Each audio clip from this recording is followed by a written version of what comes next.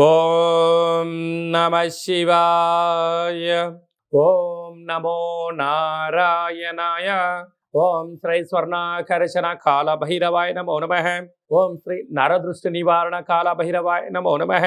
నమస్తే అస్తు భగవన్ విశ్వేశ్వరాయ మహాదేవాయ త్రయంబకాయ త్రిపురాంతకాయ త్రికాగ్నికాలాయ కాలాగ్నిరుద్రాయ నీలకంఠాయ మృత్యుంజయాయ సర్వేశ్వరాయ సదాశివాయ శ్రీమన్మన్మహాదేవాయ నమో నమః. హరి ఓం. మా ఛానల్కి స్వాగతం. చూస్తున్న వీక్షకులకు ప్రేక్షకులకు ప్రియ కాళభైరవ భగవద్బంధులకి స్వాగతం పలుకుతూ మమ్మల్ని ఎంతగానో ఆదరిస్తూ ఉండబడినటువంటి ప్రియ సోదరీమణులకు సనాతన ధర్మ సంరక్షకులకి అందరికీ కూడా మహాశివరాత్రి పండగ శుభాకాంక్షలు. మహాదేవుడి యొక్క ఆశీస్సులు అందరిపైన ఉండాలని, అందరినీ చల్లగా ఆశీర్వదించాలని, నిండు నూరేళ్ల ఆయురారోగ్యాలకు అందరికీ ప్రసాదించాలని, జాతక చక్రంలో ఉండబడిన గ్రహ గమనాలు దోషాలు తొలగిపోయి ఎవరైతే ఏదైతే కోరుకుంటున్నారో అన్నింటా విజయాన్ని సాధించేటువంటి ఆశీర్వచనాన్ని భగవంతుడు అందరికీ ప్రసాదించాలని మనసారా కోరుకుందాం. 1-3-2024 నుండి 15-3-2024 వరకు పుట్టినటువంటి వారందరికీ కూడా ముందస్తుగా జన్మదిన శుభాకాంక్షలు. గతంలో వివాహం చేసుకున్న వారికి వివాహ వార్షికోత్సవ శుభాకాంక్షలు.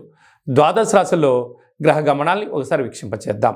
మేషరాశిలో గురు సంచార స్థితి, కన్యరాశిలో కేతు సంచార స్థితి, మకర రాశిలో కుజుడు మరియు శుక్ర సంచార స్థితి, కుంభరాశిలో రవి బుధాదిత్య రాజయోగము మరియు శనేశ్వర స్వామివారి యొక్క సంచార స్థితి.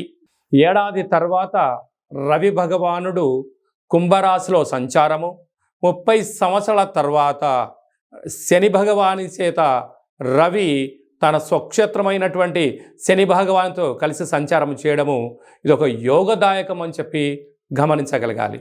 అలాగనే మీనరాశిలో రాహు సంచార స్థితితో ద్వాదశ రాశుల్లో గ్రహ గమనాలు ఈ విధంగా ఉన్నాయి. 8వ తారీఖున బుధ భగవానుడు మీనరాశిలోకి సంచారము, 9వ తారీఖున శుక్ర భగవానుడు కుంభరాశిలోకి సంచార స్థితి, 15వ తారీఖున రవి భగవానుడు మీనరాశిలోకి సంచార స్థితితో ద్వాదశ రాశుల్లో గ్రహ గమనాలు ఈ విధంగా ఉన్నాయి. మేషరాశి వారికి ఎలా ఉండబోతుందో ఈ వీడియోలో సవివరంగా సంపూర్ణంగా తెలుసుకుందాం. మహాశివరాత్రి సందర్భంగా, ఆదివారం అమావాస్య సందర్భంగా, కాళభైరవాష్టమి సందర్భంగా ఈ మేషరాశి వారు ఎలాంటి విధి విధానాలు పాటించాలో తెలుసుకుందాం. మేషరాశిలో ఏ నక్షత్రాలు వస్తాయనగా అశ్విని నక్షత్రంలోని 4 పాదాలు, భరణి నక్షత్రంలో 4 పాదాలు, కృతికా నక్షత్రంలో 1 పాదం కలిపితే మేషరాశి. చాలామందికి డేటా ఆఫ్ బర్త్లో లేనటువంటి వారికి పేరు యొక్క మొదటి అక్షరాన్ని అనుసరిస్తూ ఆ రాశిని తెలుసుకునే ప్రయత్నం ఏదో తెలియజేద్దాం. చు, చే, చో, లా, లి, లు, లే, లో, ఆ అక్షరాల వర్ణం మేషరాశి జాతకులే. మేషరాశి యొక్క అధిపతి కుజుడు. అలాగనే వీరికి వ్యయంలో రాహు సంచార స్థితి ఉండడం వలన చిన్న చిన్న విషయాలకు ఆందోళన కలగకూడదు. వీరు ఎదిగే కొద్దీ ఒదిగి ఉండగలగాలి. శత్రు అధికంగా ఉంటారు కనుక ఈ మహాశివరాత్రి సందర్భంగా నవధాన్యములను నానబెట్టి మహాదేవుడికి ఎర్రటి కుంకుమతో జలంతో కలిగిన నీటితో అభిషేకం చేయించి ఆ తదనంతరం ఈ యొక్క నవధాన్యాలను తీసుకుని వెళ్ళి గోమాతకు దానం చేయడం వలన, ప్రవహించే నీటిలో సమర్పించడం వలన పశుపక్షాదులు తిని వీరికి పైన ఉండబడిన నరదృష్టి శత్రు ప్రభావం తొలగిపోతుందని చెప్పి గమనించాలి.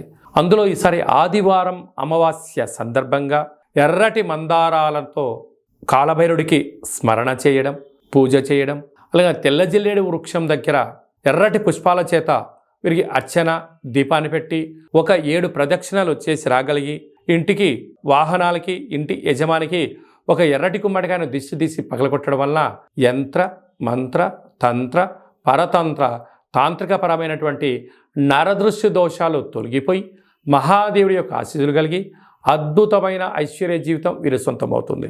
అలాగే సాఫ్ట్వేర్ ఉద్యోగస్తులు, హార్డ్వేర్ ఉద్యోగస్తులు, స్వయం వృత్తుల వాళ్ళు, సేవా రంగాల వాళ్ళు, వ్యవసాయ సోదరీమణులకు కొద్దిపాటి ఎర్రటి తిలకాన్ని బొట్టుగా ధరించడం వలన ఈ దోషం తొలగిపోతుందని చెప్పి గమనించాలి.